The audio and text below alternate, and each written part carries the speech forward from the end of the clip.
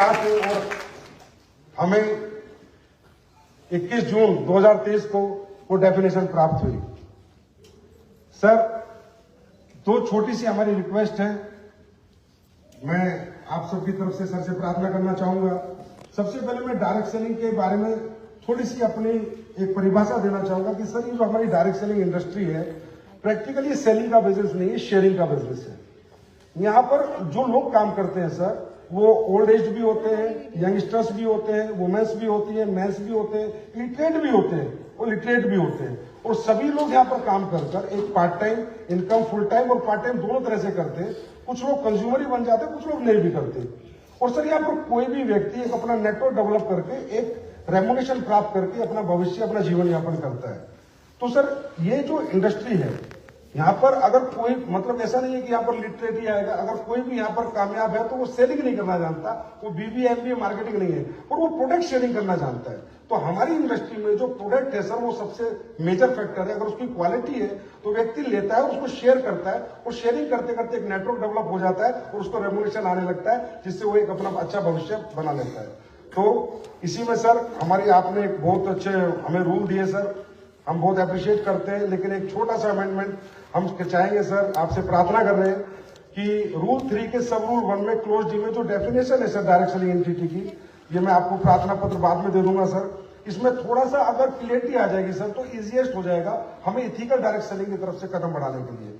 हम ये चाहते हैं कि सर, हम इथिकल डायरेक्ट सेलिंग की तरफ जैसे 2-3 कदम बढ़ा चुके हैं, मजबूत कदम बढ़े, जिससे देश के और बच्चे यहाँ पर आए, एम्प्लॉयमेंट हासिल करें और लोगों को इस इंडस्ट्री पे भरोसा और यकीन आए।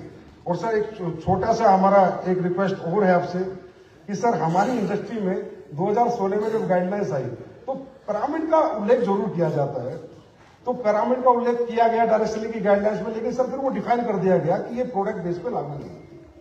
लेकिन अभी जब रूल्स आए, फिर पिरामिड का उल्लेख किया गया। सर, आज मैं पिरामिड के बारे में सबके सामने बताना चाहूंगा कि पिरामिड होता क्या है। सर, पिरामिड होता है, एक कंपनी होती थी मनी रोटेशन, वो पिरामिड बनाती थी, एक स्ट्रक्चर बनाती है नीचे, उनको हम सीधा पैसा कंपनी को देते हैं। Company ABC auto pool auto filling करती है, DE फिर ऊपर पैसा देगी, फिर EFGH उनको पैसा देके फिर ऊपर पैसा देगी, और वो क्लैश हो जाता है सर 8 महीने 10 महीने में। तो वो पिरामिड से हमें कैसे जोड़ा गया सर, हम आज तक ही समझ नहीं पाए। डेफिनेशन आई कहां से, किसने दी? क्योंकि प्रोडक्ट बेस में तो पिरामिड बन ही नहीं सकता सर। वो इसलिए नहीं बन सकता सर कि हमारे साथ जितने भी डायरेक्ट सेलर्स नहीं आते, टोटल कंज्यूमर्स आते हैं सर, और प्रोडक्ट यूजर्स आते हैं, उसमें से कुछ लोग यहाँ अपना भविष्य डायरेक्ट सेलिंग में लगाते हैं। जैसे एक कंपनी में सर, आज बड़ी कंपनी जैसे RCM है, तो उसमें 3 करोड़ लोग आज सर कंज्यूमर है, लेकिन जो अगर डायरेक्ट सेलिंग एक्टिवली कर रहे हैं वो 8-10 लाख लोग कर रहे हैं। बाकी 2 करोड़ 90 लाख लोग इनके सिर्फ यूजर्स हैं। आज हम वेस्टीज की बात करें तो 1.5 करोड़ से ज्यादा का मेरे ख्याल कंज्यूमर नेटवर्क है, लेकिन इनके यहाँ काम करने वाले, रेगुलर इनकम लेने वाले, रेगुलर मेहनत करने वाले लोग 10 लाख के आसपास होंगे। तो इसीलिए पिरामिड तो दूर दूर तक, हमसे दूर दूर तक कोई रिश्ता नहीं है, पर ये पता नहीं कहां से आती है। तो सर, क्योंकि इससे क्या होता है सर, हमें इन्फोर्समेंट एजेंसी बहुत परेशान करती है, बहुत हरास करती है, और लास्ट में जाके ये कह देती है तुम भी तो पिरामिड हो।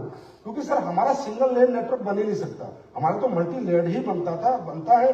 और आज आप देखिए सर कि प्रोडक्ट बेस्ड और क्वालिटी बेस्ड कंपनियां हैं, तो 60 साल 70 साल से पूरे वर्ल्ड वाइड कंपनियां काम कर रही है सर।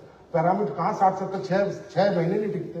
तो अगर 60-70 साल से कंपनियां काम कर रही है, और सर 70-70 हजार करोड़ की कंपनियों के टर्नओवर है, और वो 70 आज हमें बताते हुए गर्व महसूस हो रहा है कि हमारे बीच में भी आज बड़ी बड़ी कंपनी, इंडियन कंपनी है, जिन्हें 25-25 साल काम करते हो गए। तो सर, अगर आपका ये आशीर्वाद हम लोगों को मिलेगा तो हम लोग भी ये कहेंगे एक दिन कि हमें 70 साल काम करते हुए हो गए।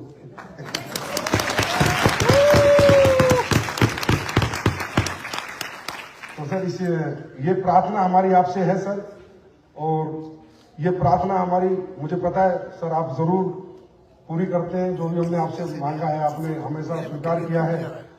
इससे सर हमारी इंडस्ट्री में बहुत उत्साह आएगा, एम्प्लॉयमेंट बहुत जनरेट होगा, और हमारे सर्वप्रिय, लोकप्रिय, विश्वव्यापी हमारे आदरणीय प्रधानमंत्री जी का जो सपना है आत्मनिर्भर भारत और मेक इन इंडिया, इसमें भी डायरेक्ट सेलिंग अपना सशक्त रोल निभाएगी। तो फिर एक बार आपको प्रार्थना करते हुए सर अपनी वाणी को विराम देना चाहूंगा। जय हिंद, जय भारत, बहुत बहुत धन्यवाद।